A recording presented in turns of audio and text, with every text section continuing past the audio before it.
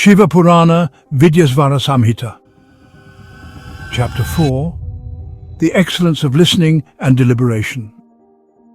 The sages, their hearts yearning for deeper understanding, approached the revered Brahma with humility. Their voices, filled with curiosity and devotion, intertwined as they asked, "O Holy One, we seek your wisdom. What is Śravaṇa? What is Manana? And how should Kīrtana be performed? Please expound upon these sacred practices with clarity and precision." Brahmā, the fountain of divine knowledge, gazed upon the eager faces of the sages and spoke with a voice as steady as the ancient mountains. "Listen carefully, O seekers of truth.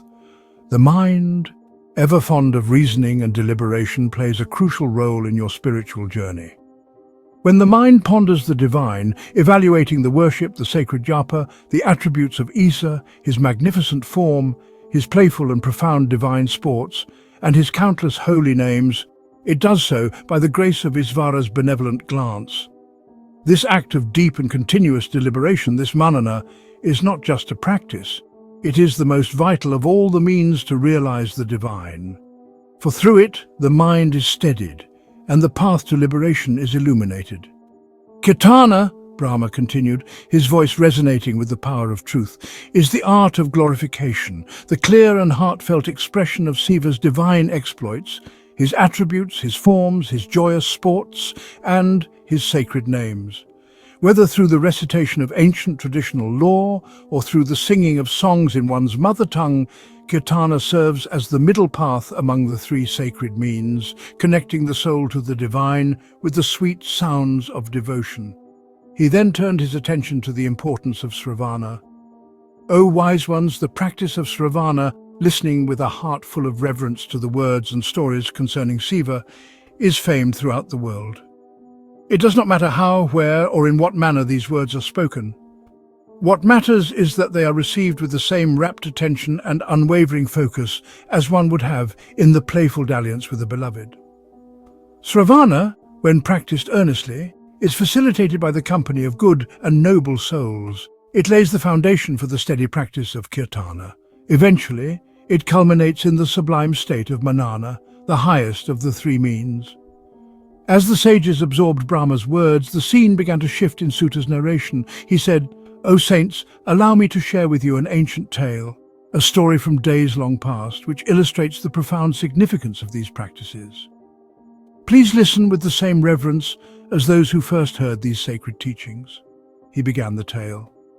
"Long ago, on the tranquil banks of the holy river Sarasvati, my revered preceptor, the sage Vyasa, son of sage Parasara, sat deep in penance. Yet his heart was troubled by a lingering agitation, a restlessness that even his disciplined mind could not soothe. On that fateful day, the divine sage Sanat Kumara, resplendent like the radiant sun, happened to be passing by in his aerial chariot. His keen eyes fell upon the meditating Vyasa, and perceiving the turmoil within his heart, Sanat Kumara descended gracefully. Vyasa, awakening from his meditation, beheld the son of Brahmā standing before him. Overwhelmed with devotion and eagerness, he quickly rose, offering agya, a sacred water offering, and a seat befitting the divinity of his esteemed guest. The sage's fluttering heart was calmed by the gentle yet profound words that flowed from Sanat Kumara's lips. "O Vyasa," Sanat Kumara said, his voice echoing with divine wisdom, "why do you meditate here, seemingly alone in your quest? What is it that you seek with such fervor?" Vyasa, the wise and venerable sage, responded with humility, "O divine sage, by the grace of great elders like you, I have endeavored to establish the four Purusarthas, virtue, wealth, love and salvation in this world, adhering strictly to the path of the Vedas. Yet, despite my efforts, the true knowledge of the means to liberation has eluded me. I perform penance with the hope of attaining salvation, but I find myself lost, unsure of the way." Hearing this, Sanat Kumara, the sage of profound insight, revealed the path that had once been shown to him. "Vyasa, there are indeed three sacred means that align with the ideals of the Vedas: Śravaṇa, Kīrtana and Manana, all dedicated to the worship of Shiva.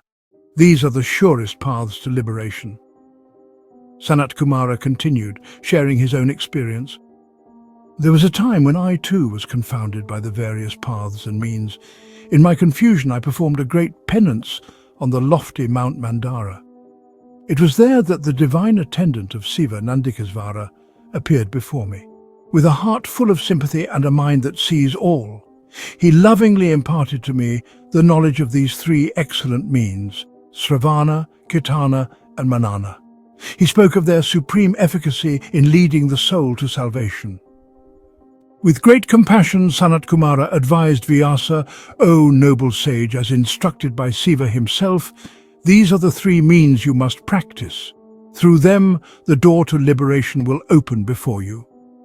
With these words, the divine sage ascended his chariot once more, leaving Vyasa with a heart full of gratitude and a mind set on the true path to salvation. Sutta concluded his narration. Thus, I have shared with you the sacred tale from ancient times, wherein the path to liberation was revealed to Vyasa. Now, dear sages, you know the importance of Śravaṇa, Kīrtana, and Manana, the three means of salvation. Yet should there be one who finds these practices difficult, let us explore what other means may lead to liberation without undue hardship.